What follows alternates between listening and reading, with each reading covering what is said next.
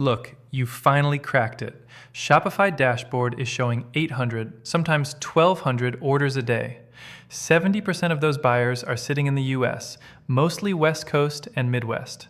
But when you click the tracking links, it's still showing 9 to 14 days out of China.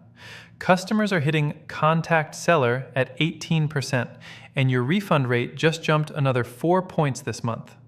If that sounds like your April 2026 reality, you're not alone, and it's not random. Picture the brand I sat down with last quarter.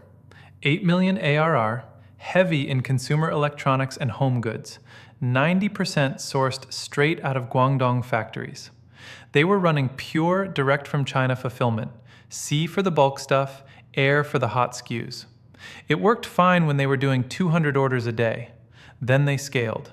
Suddenly, every single parcel hits US Customs with the new post-de minimis paperwork. No more $800 free pass.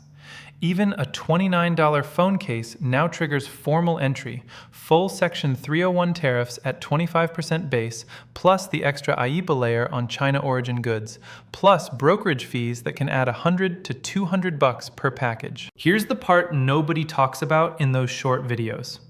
It's not just that shipping is slow.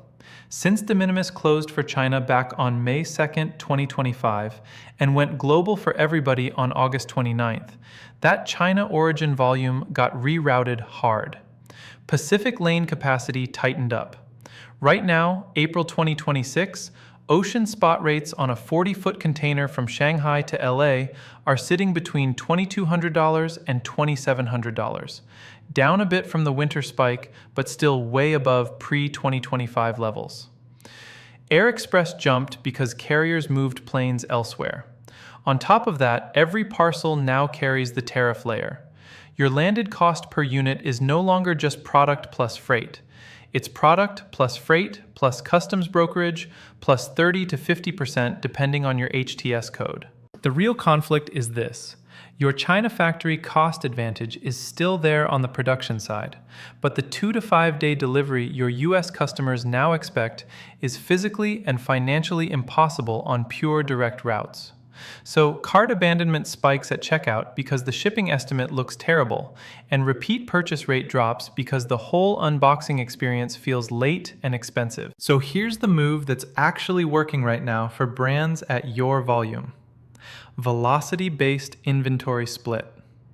Take your top 20% SKUs that drive 80% of the revenue, move 4 to 6 weeks of forward stock into a US 3PL node on the West Coast or Midwest. You still produce everything in China, you ocean the bulk once a month at those $2,200 to $2,700 rates, you clear it once, you pay the tariff once, and then the 3PL handles domestic parcel at $8 to $15 all in instead of 11 to 19 with duties. The slow movers and new launches stay direct from China. One brand I watched do this in Q1 2026 cut average delivery from 11 days down to 3.8 days on 65% of orders, and their refund rate fell 19% in a single quarter. Just pull your Shopify data, sort by velocity, set the automated routing rules, and you're done. No need to move manufacturing to the US, just smart placement. The operators winning in 2026 aren't choosing China or US. They're mapping every single SKU to the lane that actually protects margin and delivery promise at the same time. Once you see the matrix, you can't unsee it.